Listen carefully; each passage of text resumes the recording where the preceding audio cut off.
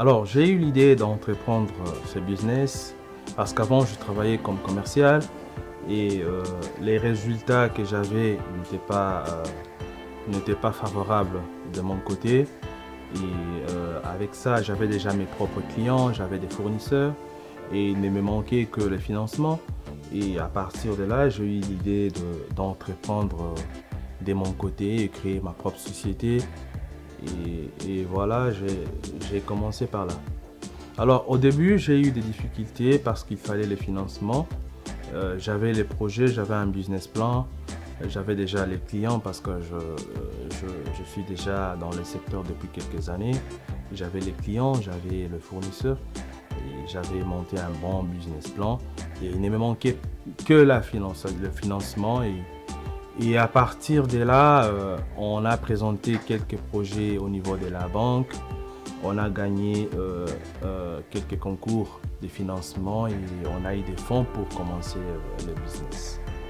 L'évolution, c'est qu'on a commencé le business avec 2 clients parce que c'était des gros clients qui étaient déjà fidélisés. C'était des clients que je connaissais depuis des années.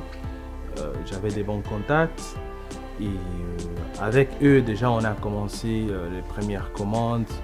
Et puis peu à peu, on a pu gagner d'autres clients avec des références qu'on avait déjà.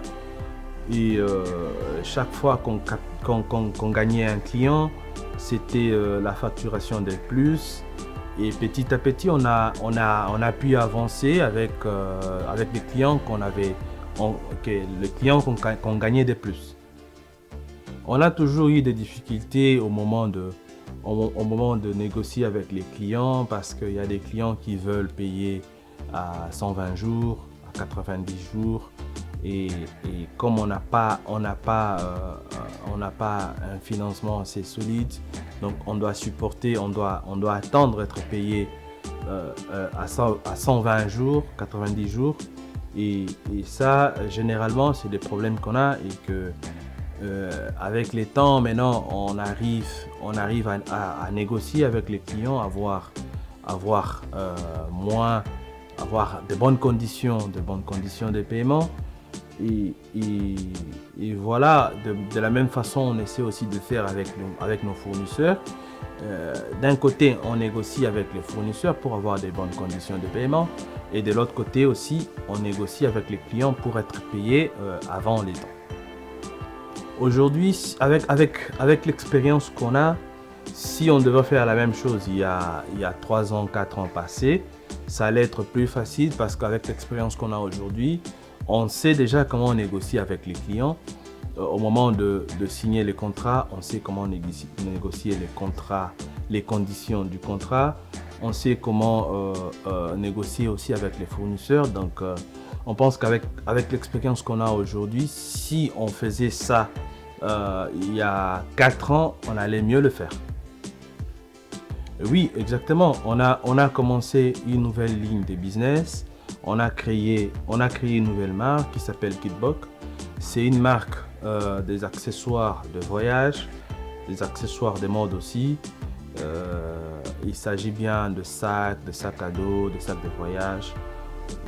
Et voilà, à présent, on a commencé avec la marque. On est en train d'essayer de positionner la marque.